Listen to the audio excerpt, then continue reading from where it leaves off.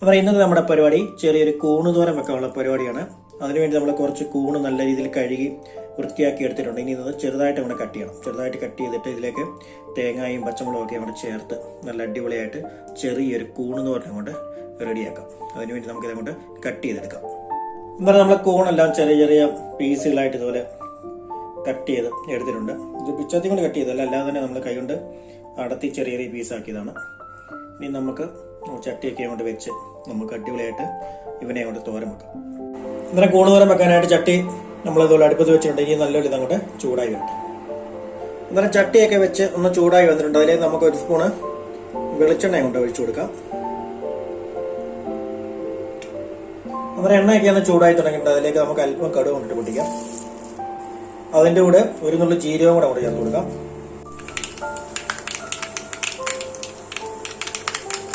അങ്ങനെ കടുകും ജീരകവും എല്ലാം ഒന്ന് മൂത്ത് പൊട്ടി വന്നിട്ടുണ്ട്. അതിലേക്ക് നമുക്ക് കട്ട് ചെയ്ത് വെച്ചേക്കുന്ന സവാള, 2 പച്ചമുളക്, കറിവേപ്പില അങ്ങോട്ട് ചേർത്ത് കൊടുക്കാം.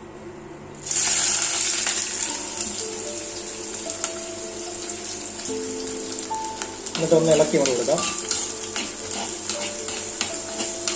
എന്നിട്ട് നമുക്കിനി ഇതിലേക്ക് നമ്മൾ കട്ട് ചെയ്ത് വെച്ചേക്കുന്ന കൂൺ അങ്ങോട്ട് ചേർത്ത് കൊടുക്കാം.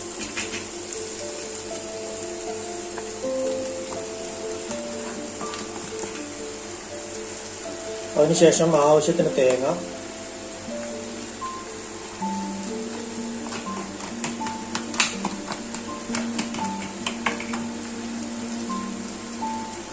അല്പം മഞ്ഞൾപ്പൊടി, ആവശ്യത്തിന് ഉപ്പ്, ഇത്രയും നമ്മൾ ചേർത്ത് കൊടുത്തതിന് ശേഷം എല്ലാം ഒന്ന് ഇളക്കി ഒന്ന് മിക്സ് ചെയ്യാം. നമ്മൾ ചേർക്കേണ്ട ഐറ്റങ്ങളെല്ലാം ചേർത്തിട്ടുണ്ട്. ഒട്ടും തന്നെ വെള്ളം ഇതിനകത്തേക്ക് നമ്മൾ ചേർക്കുന്നില്ല. കാരണം കൂണെല്ലാം ഒന്ന് ചൂടായി വെന്ത് വരുമ്പോഴത്തേന് അതിലുള്ള വെള്ളമെല്ലാം ഇറങ്ങും. അഡീഷണൽ ആയിട്ട് വെള്ളം ഒഴിച്ചു കഴിഞ്ഞാൽ തോരനകത്ത് വെള്ളം കൂടി.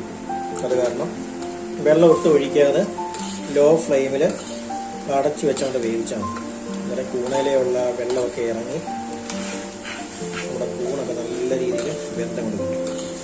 വളരെ എളുപ്പത്തിൽ ഉണ്ടാക്കിയെടുക്കാൻ പറ്റുന്ന നല്ല ടേസ്റ്റുള്ള ഒരു ഐറ്റമാണ്. കൂണ് മിക്ക ആൾക്കാർക്കും ഇഷ്ടമുള്ളതായിരിക്കും. എന്നാലും നമുക്ക് ഇതുപോലെ ഉണ്ടാക്കിയെടുത്തു കഴിഞ്ഞാൽ ചോറിൻ്റെ കൂടെ ഒക്കെ കഴിക്കാൻ നല്ലൊരു കൂട്ടനം ഉണ്ടായി കിട്ടും. എന്നാലും നല്ല രീതിയിൽ നമ്മൾ ഇളക്കി കൊണ്ട് കൊടുത്തിട്ടുണ്ട്.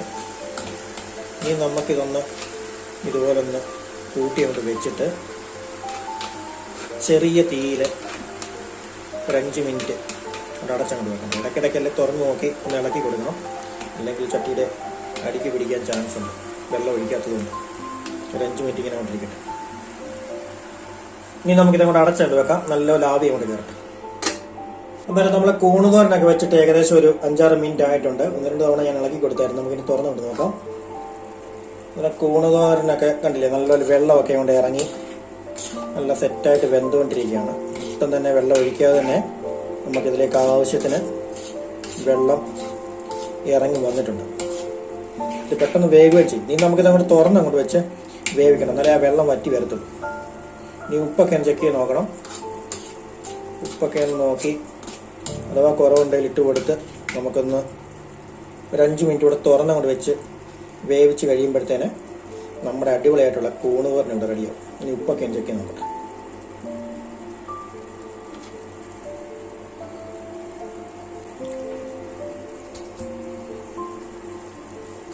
ഉപ്പൊക്കെ പരുവത്തിന് തന്നെയുണ്ട്. വേറെ ഒന്നും തന്നെ ചേർത്ത് കൊടുക്കേണ്ട ആവശ്യമില്ല.